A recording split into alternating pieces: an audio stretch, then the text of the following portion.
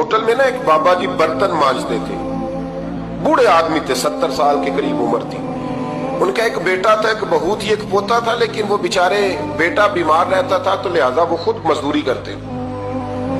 कहते एक दिन वो बाबा जी मेरे पास आए, कहने लगे मेम साहबा 2-4 दिन की छुट्टी चाहिए। तो मैंने कहा खैरियत है? कहने लगे मैडम मेरा बेटा फौत हो गया। बेटा, आपको पता है बाप का जनाजा पढ़ना आसान है, बेटे का जनाजा उठाना बड़ा मुश्किल काम। कहती है मैं कुछ लिख रही थी, मेरे हाथ से कलम गिर गया, मैंने खुद गाड़ी भेजी, बाबा जी गांव चले गए जहां वो रहते थे। कहती 2-3 दिन के बाद मैं और मेरा शौहर गए तो रास्ते में हम बातें कर रहे थे कि क्या ताज़ियत करेंगे, एक ही बेटा था, कोई रिश्तेदार भी नहीं, तो उसकी तो कायनात उजड़ गई, किन लफ्जों से उसे ताज़ियत क्या कहेंगे। कहते जब हम गए तो वो टूटी हुई चटाई पे बैठा था, कुछ लोग करीब थे, हमने जाके कहा बाबा आप मुसलमान हैं, हम आपको क्या नसीहत करें, एक ही बेटा था, कि किस तरह करके हम आपको तसल्ली दें। तो कहते उसने आंखें खोली, बूढ़ी आंखों में ईमान की रोशनी, कहने लगा बीबी क्या ताज़ियत की बात करती हो, मैंने को पैसे जमा करा के बेटा लिया था, खुदा ने फजल से दिया था, अदल से ले गया है, मैं अपने रब के फैसले में बड़ा राजी हूं। अल्लाहु अकबर। वो खातून कहती है कि वो बाबा जी से मैंने कहा कि चलो आप 1 महीने की छुट्टी कर ले, तो कहने लगा नहीं मैडम मैं मुसलमान हूँ, मुफ्त की रोटी नहीं खाता, मजदूरी करके खाता हूँ, मैं इंशाल्लाह 2-3 दिन के बाद काम पे आ जाऊंगा। कहते वो चंद दिनों के बाद आ गया, अल्लाह की कुदरत के अभी 2-3 माह गुजरे थे, फिर आया, मैडम छुट्टी चाहिए कुछ दिनों की। मैंने कहा खैरियत है? कहने लगे वो मेरी बहू भी हार्ट अटैक से फौत हो गई। कहते अब मैं भी तड़प गई और ईसाई हो कि मेरी आंखों में आंसू आ गए। मैंने कहा घर का दरवाजा बंद हो गया, अब ये बेचारा क्या करेगा। वो अपने शौहर के गम में हार्ट अटैक से फौत हो गई। कहते हम फिर 2-3 दिन के बाद ताज़ियत के लिए गए, फिर टूटी हुई चटाई, बूढ़ा ना अपनी उंगलियों से जमीन पर कुछ बना रहा।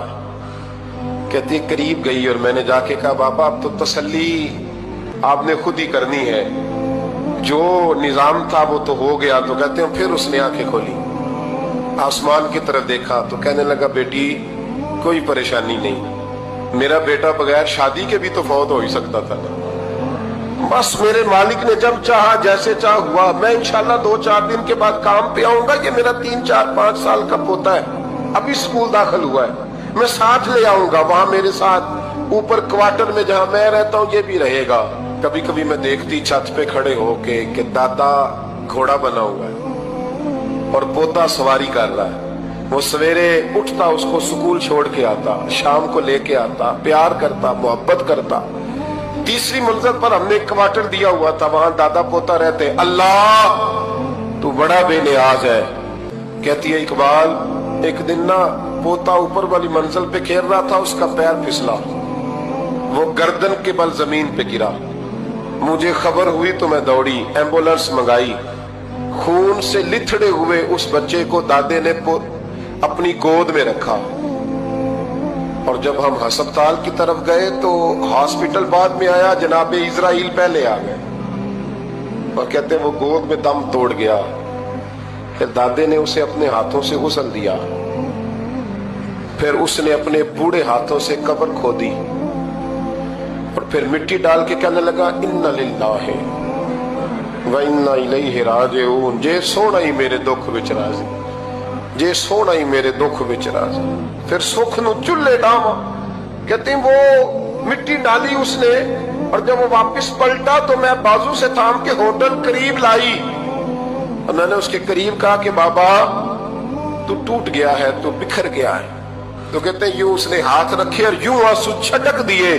कहने लगा मैडम क्यों क्यों, मेरे अंदर कोई अकीदा नहीं, मैं कोई लवारस हूं, मेरा कोई रब नहीं, मैं क्यों परेशान रहूंगा, मैं तो पका हुआ फल हूं, थोड़े दिन गुजरे के कब्र में जाऊंगा और जब जन्नत में जाऊंगा तो अल्लाह मेरी बेटे से भी मुलाकात कराएगा, मेरे पोते से भी मुलाकात कराएगा, मेरा रब सारी मुलाकातें करा देगा, मैं अपने अल्लाह की रजा पे बड़ा राजी हूं। वो खातून कहती है मेरा और मेरे शौहर का कलेजा फटने लगा। मैंने कहा बाबा ये जज्बा कहां से मिलता है, ये सुकून कहां से आता है। یہ کیفیت کیسے ملتی ہے؟ مجھے کہنے لگا تو نے لینی ہے؟